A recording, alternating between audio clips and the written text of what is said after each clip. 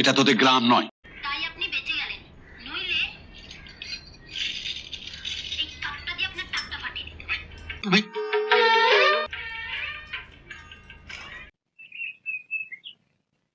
একটা বেজে গেল, এখনো পূজার দেখা নেই। সাত সকালে উঠে কোথায় গেল বলো তো? বাড়িতে থাকবো না, আমি এখনই বাপের বাড়ি চলে যাব। মা যদি বলে যাবে যাও না কেন? তুই থাম, যেমন বাপ তার তেমনি ছেলে। কষ্ট হলো না? খুব কষ্ট হলো। আর তুমি যাদের উঠতে বসতে অপমান করো তাদেরও ঠিক এমনি কষ্ট হয়।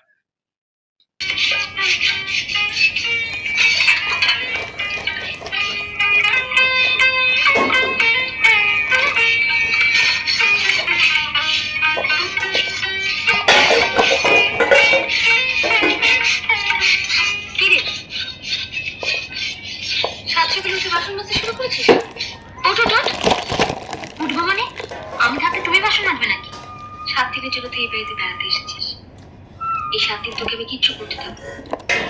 ওঠ ওঠ, সরো তো, কাজ করতে দাও। সেই ছোটবেলা থেকে তুই কাজ করিয়ে যাচ্ছিস, এই কটা দিন না হয় যাও যাও। এ বাড়িতে সারা জীবন গাধার মতন তো খাটতেই হবে।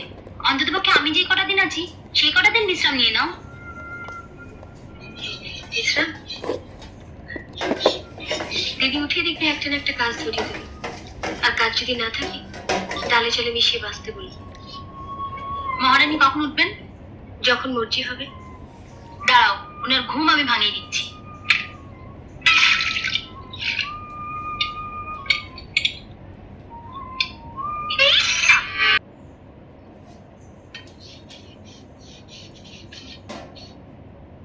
এটা কি হলো? দুটো হলো, থলেতে আরো 8টা আছে।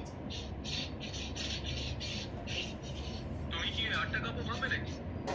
হ্যাঁ, সময় বুঝে একটা একটা করে। কি হলো? দরদ দেখলে তো 7 দিনের জন্য রেখে দিয়েছো, এখন দেখো।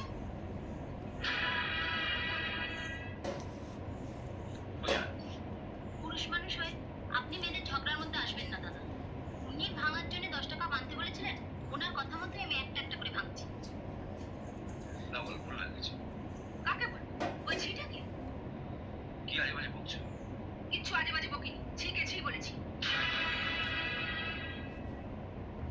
বুঝা যেমন কাপ ভাঙছে ভেঙে যাও, আর পারলে এর মাথা তো একটা ভেঙো। বাড়ির কোনো পুলিশ আপত্তি করবে না। যা তোর ঘরে যা।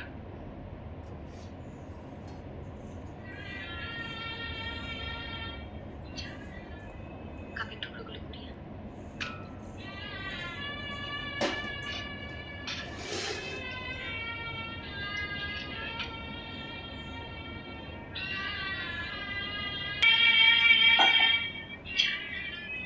কাপের টুকরোগুলো কুড়িয়ে আন।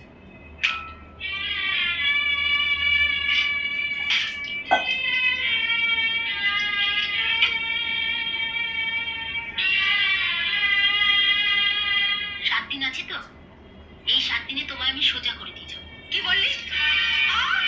দেবো হাতটা মোচকে? আরে আরে, কি করছিস? বিছানা ছেড়ে দে। ওনাকে বুঝিয়ে দিলাম আমি ময়না নই, পূজা। আমাকে ঢিল মারলে